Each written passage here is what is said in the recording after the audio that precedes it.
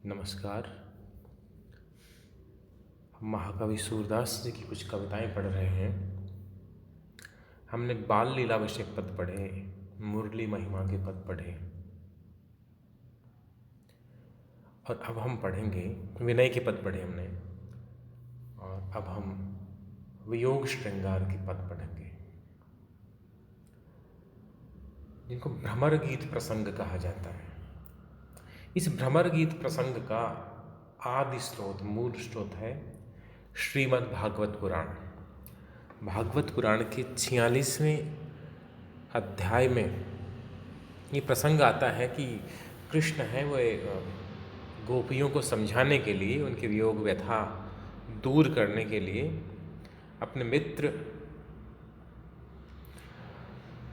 उद्धव को ब्रज में भेजते हैं। और 47वें अध्याय में कुछ एक श्लोकों में ये वर्णन है, जैसे लगभग मुख्य 4 श्लोक हैं जिनमें भ्रमर का उल्लेख हुआ है। श्लोक संख्या 11 से आप 11 से 14 मान लीजिए, भ्रमर का या षटपद का या मधुकर का उल्लेख हुआ है। हालांकि प्रसंग थोड़ा सा आगे चलता है, जिसको भ्रमर गीत के नाम से जाना जाता है। तो वहां से भ्रमर गीत प्रसंग को सूरदास जी ने लिया और अपना अधिकतम ये मान लें कि भाई 10वें 11वें श्लोक से आरंभ हुआ, 21वें श्लोक तक चला, तो भी 10-11 श्लोकों में जो एक प्रसंग था, सूरदास जी ने उस पर सैकड़ों पद लिखे और उनमें से सार रूप में आचार्य रामचंद्र शुक्ल ने भ्रमर गीत प्रसंग के लगभग 400 पद हैं, वे संपादित किए भ्रमर गीत सार के नाम से। आगे चल के उनके शिष्य विश्वनाथ प्रसाद मिश्र ने जो 401 या 403 के करीब पद थे, उनको थोड़ा संपादित किया। वर्तमान में 397 के आसपास ये पद भ्रमर गीत सार पुस्तक में मिलते हैं। भागवत पुराण के 10वें स्कंद में 5 प्रकार के गीत प्रसिद्ध हैं। जैसे वेणु गीत है 21वें अध्याय में, गोपी गीत है 30वें अध्याय में, युगल गीत है 35वें अध्याय में, भ्रमर गीत है 46वें 47वें अध्याय में, इस प्रकार महिषी गीत है। आगे चल के 11वें स्कंद में एक छठा भिक्षु गीत और है। इस प्रकार ये जो भागवत के जो पंच गीत हैं, उनमें से एक भ्रमर गीत है। अब कहानी ये है, प्रसंग यह है कि उद्धव गोपियों को समझाने के लिए आ गए ब्रज में और वृंदावन में, मधुवन में कहीं बैठ गए। चारों ओर उद्यान है, बगीचा है, कुंज है, गोपियां बैठी हैं, उद्धव बैठे हैं। अब उद्धव जब से आए हैं निरंतर बोल रहे हैं, ज्ञान पक्ष की बातें कर रहे हैं, निर्गुण ब्रह्म का व्याख्यान कर रहे हैं। गोपियाँ सगुण ईश्वर कृष्ण हैं, उनसे प्रेम करती हैं, इसलिए वे कृष्ण से वियुक्त होकर के दुखी हैं। उद्धव उन्हें ज्ञान देने हैं निर्गुण ब्रह्म का। जब से उद्धव आए हैं निरंतर बोले जा रहे हैं, उपदेश दे रहे हैं। गोपियों के मन की व्यथा को नहीं सुन रहे, उनकी शिकायतों को नहीं सुन रहे, केवल उपदेश दिए जा रहे हैं। तो उसी समय एक भंवरा उड़ता हुआ वहां आया। एक गोपी ने उसे देख लिया और चूंकि उद्धव कृष्ण के मित्र हैं, सखा हैं, भाई भी हैं एक तरह से, और ब्रज में मेहमान बन के आए हैं, तो मेहमान का अपमान नहीं कर सकते, उन्हें टोक नहीं सकते, क्योंकि बोलती बंद कर दें सीधे सीधे ठीक नहीं होगा। अब उद्धव का रंग भी काला है। उद्धव ने, भागवत में उल्लेख मिलता है कि उन्होंने पीले रंग के वस्त्र पहन रखे हैं, जैसे कृष्ण पहना करते थे पीताम्बर। कमल के पुष्पों की माला धारण कर रखी है, एकदम काले रंग के हैं, सांवले शरीर वाले हैं। लगातार बोले जा रहे जैसे भंवरा गुंजार होता है। तो गोपी को बहाना मिल गया। उद्धव को कुछ नहीं कह सकते, लेकिन भंवरे को कह दिया कि बहुत देर से, जब से लगातार बोलता रहता है, गुंजार करता रहता है, बड़बड़ाता रहता है। सूरदास जी ने भागवत के उस प्रसंग को लिया और भ्रमर और भ्रमर के जो पर्यायवाची शब्द हैं, भंवरा, भ्रमर, अली, षटपद, मधुकर, मधुप, जो भी भंवरे के पर्यायवाची शब्द हैं, ये 3 अर्थों में प्रयुक्त हुए हैं। शब्द जो 3 तरह की शक्तियाँ होती हैं, अभिधा, लक्षणा और व्यंजना। तो अब इसका भ्रमर का या मधुकर का अभिधा परक अर्थ है, वह भंवरे के अर्थ में प्रयुक्त हुआ है। इसका लक्षार्थ ले, लक्षणा के आधार पर अर्थ ले तो भंवरा लगातार गुंजार करता रहता, बोलता रहता है। उसी प्रकार से उद्धव बहुत बोल रहे हैं। तो ये लाक्षणिक अर्थ, लक्षणा के आधार पर इसका अर्थ ठहरता उद्धव। तीसरा एक व्यंग्यार्थ है। भ्रमर की प्रवृत्ति क्या है? भ्रमर है वो विभिन्न फूलों से रस लेता है, फूल उसे आकृष्ट करते हैं तब तक जब तक उनका फूलों का रस लेता है, और जो ही वे रस तृप्त हो जाता है फिर किसी दूसरे फूल पे चला जाएगा, फिर तीसरे पे चला जाएगा। यूँ होता है, रस संचय वह करता है। तो व्यंग्य पर अर्थ है, व्यंजना से जो अर्थ निकलता है वो है कृष्ण। कृष्ण विभिन्न सब गोपियों से प्रेम कर रखते थे, प्रेम संबंध था उनका, लेकिन जब मथुरा में चले गए, मथुरा में कुब्जा उन्हें मिल गई और फिर गोपियों को भूल गए। तो ये व्यंग्य पर अर्थ है, व्यंजना से जो अर्थ है वो कृष्ण के संदर्भ में। इस प्रकार से सूरदास ने कविता या विशेषकर अपने शब्द की जो तीनों शक्तियाँ हैं, उन तीनों शब्द शक्तियों के आधार पर इस मधुकर या भ्रमर या भंवरा जो शब्द है, षटपद शब्द है, इसके अन्य जो पर्याय शब्द हैं, उनसे तीनों अर्थ निकाले और शब्द के सामर्थ्य से हिंदी कविता को समृद्ध किया। उसी संदर्भ का एक प्रसंग है, यह हम पढ़ते हैं। देखिए, पहला पद है, मधुकर श्याम हमारे चोर। मधुकर यानी भ्रमर, हे भ्रमर, उद्धव को कह रही है, श्याम हमारे चोर। श्याम कृष्ण, कृष्ण तो हमारे लिए चोर है। अब व्यक्ति भला करने वाले को हो सकता है प्राय भूल जाए, लेकिन जिसने अपना बुरा किया हो, अपने साथ छल किया हो, धोखा किया हो, अपना कुछ चुरा के ले गया हो, तो चोर को नहीं भूलता आदमी। हाँ, वहां गए थे, वहां वह चीज खो गई थी। हे उद्धव, हम कृष्ण को कैसे भूल जाए? मधुकर श्याम हमारे चोर, कृष्ण हमारे लिए तो चोर है। अब क्या चुराया? मन हरि लियो सांवरी सूरत, चिते नयन की गौर। कृष्ण की सांवरी सूरत ने, सांवली सूरत ने हमारा मन हर लिया। हरि में श्लेष है, श्लेष अलंकार है, एक ही शब्द के जहां एक से अधिक अर्थ हो। मन हरि लियो, हरि कृष्ण, कृष्ण ने हमारा मन ले लिया, पहला अर्थ। इसी श्लेष से हरि शब्द का एक दूसरा अर्थ निकलेगा, मन हरि लियो, मन हर लिया, मन का हरण कर लिया, मन को छीन लिया, मन को चुरा लिया।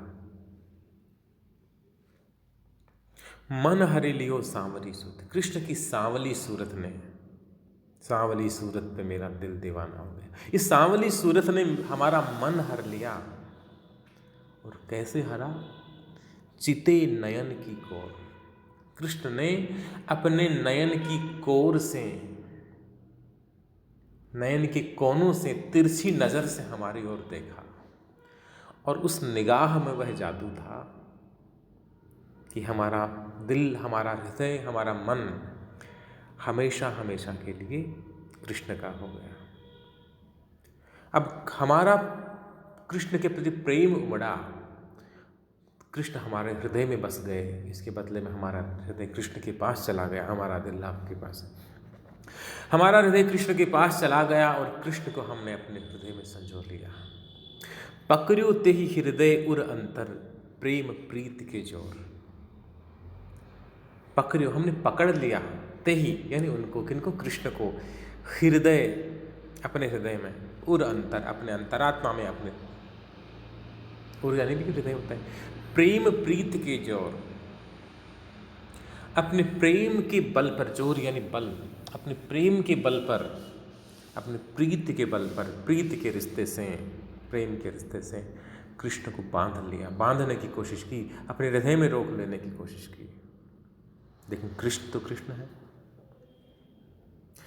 वे किसके बांधने से बंधे हैं? माँ यशोदा ने भी बांधा था, उखल के साथ में खंबे से बांधा था, लेकिन कृष्ण किसी के बंधने में रहते हैं क्या? पकड़ो ते हृदय और अंतर प्रेम प्रीत के जोर, और गए छुड़ाए छोर सब बंधन। कृष्ण को किस बंधन में बांधा गोपियों ने? प्रेम के बंधन में बांधा, प्रीत की रीत से बांधा। गए छुड़ाए छोर सब बंधन। कृष्ण सारे बंधन छुड़ा के चले गए, सारे रिश्ते नाते सब सारे बंधन छुड़ा करके और मथुरा चले गए, हमें भूल गए। गए छुड़ाए छोर सब बंधन। सारे बंधन, प्रीत के सारे अनुबंध हैं, वे छुड़ा करके कृष्ण चले गए। अब कृष्ण को हृदय में बसाने और कृष्ण के हृदय से निकल कर भाग जाने कि इस पूरे क्रिया व्यापार में हमने क्या पाया, हमें क्या मिला? दे गए हंसनी अंकुर, हमें सिर्फ हंसी मिली। अंकुर शब्द के कई अर्थ हैं। अंकुर का अर्थ एक तो आलिंगन होता है, एक अंकुर का मतलब है गोद भी होता है, एक विशेषता नजराना, उपहार, भेंट। हमें इश्क में उपहार में क्या मिला, भेंट में क्या मिला, नजराना क्या मिला? सिर्फ कृष्ण की हंसी। वो कृष्ण की हंसी, कृष्ण की मुस्कान हमें आज भी याद है। कृष्ण चले गए, अगर हृदय से निकल के नहीं जाते तो हमें इतनी विकलता क्यों होती? व्याकुल हो रहे हैं, बहुत दुखी हैं। हमारे पास क्या बचा? कृष्ण की यादें, वो जो मुस्कान है कृष्ण की, वो हंसी का नजराना हमें दे करके और कृष्ण चले गए। सोवत ते हम उचक परी, हम प्रेम की मीठी नींद में सो रही थी, प्रेम की खुमारी में डूबी हुई थी, हम सो रही थी जैसे। लेकिन जो ही कृष्ण हमें छोड़कर गए, तब हम नींद से जागी। उचक परी है, सोवत ते हम उचक परी, हम मीठी खुमारी में जब सो रही थी, प्रेम के नशे में मत्त होके सो रही थी, तब हम अचानक उचक परी, हम अचानक जग गई जब कृष्ण हमें छोड़कर चले गए। और अब तो आंखों में नींद है ही नहीं। लिखा ना सूरदास जी ने, और सकल अंगन ते ऊधो, आंखें आती ही दिखा रहे, सबसे ज्यादा दुखी आंखें ही हैं। अब नींद कहाँ है, अब चैन किसे? सोवत ते हम उचक परी, अचानक अचकचा के जग गई है, चौंक कर जग गई है, और फिर तो पलकें लगी नहीं। सोवत ते हम उचक परी हैं। और अब सारी रात, अब देखा सूरदास जी, वो हजारी प्रसाद द्विवेदी जी याद आते हैं कि सूरदास जब कोई वर्णन करना शुरू करते हैं तो पूरा अलंकार शास्त्र है उनके सामने हाथ जोड़े खड़ा हो जाता है। अलंकारों में कोई कठिनता नहीं, सायासता नहीं है, बड़ी कोशिश करके अलंकार नहीं ठूंसते, कविता में अपने आप आते हैं और बड़े सुंदर ढंग से प्रयोग कर होता। देखिए, सोवत ते हम उचक परी है, दूत मिलो मोहि भोर, हम प्रेम की मीठी नींद में सो रही थी, कृष्ण हमें छोड़ के चले गए, तो हमारी वह जो प्रेम की खुमारी टूट गई, वह नींद उचट गई, और फिर तो पूरी रात आंखों में बीती। दूत मिलो मोहि भोर, और आज भोर में, सुबह में आप हमें दूत के रूप में मिले हैं। कृष्ण ने आपको दूत बना के भेजा है। भोर में श्लेष है, देखिए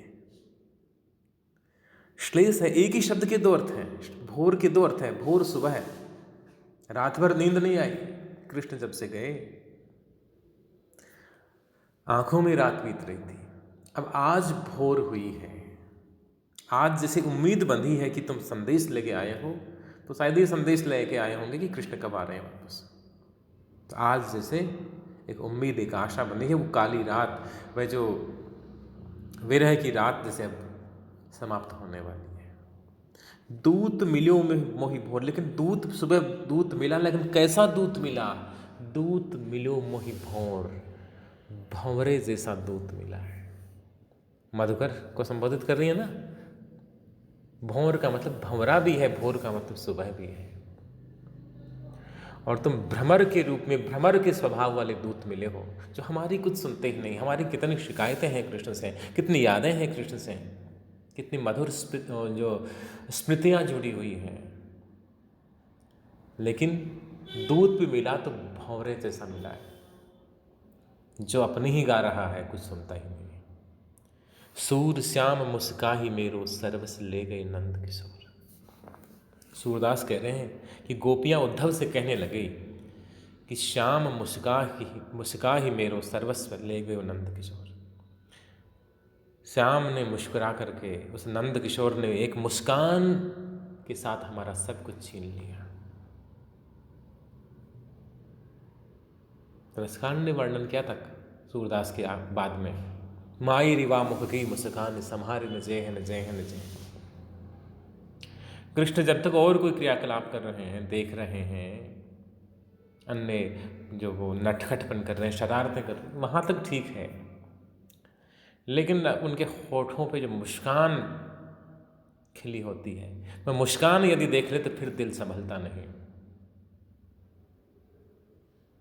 सूर श्याम मुस्काही मेरो सर्वस ले गए नंद किशोर। एक मुस्कान के बल पर हमारा सर्वस्व ले गए, सब कुछ छीन के ले गए। उस कृष्ण को भूल जाने की बात कर रहे हैं आप। ये भ्रमर है मधुकर, ये संभव नहीं है, यह असंभव है। इस प्रकार गोपियाँ उद्धव से अपनी विरह व्यथा, अपने वियोग की वेदना कह रही हैं, बता रही हैं। शेष हम आगे पढ़ेंगे। धन्यवाद।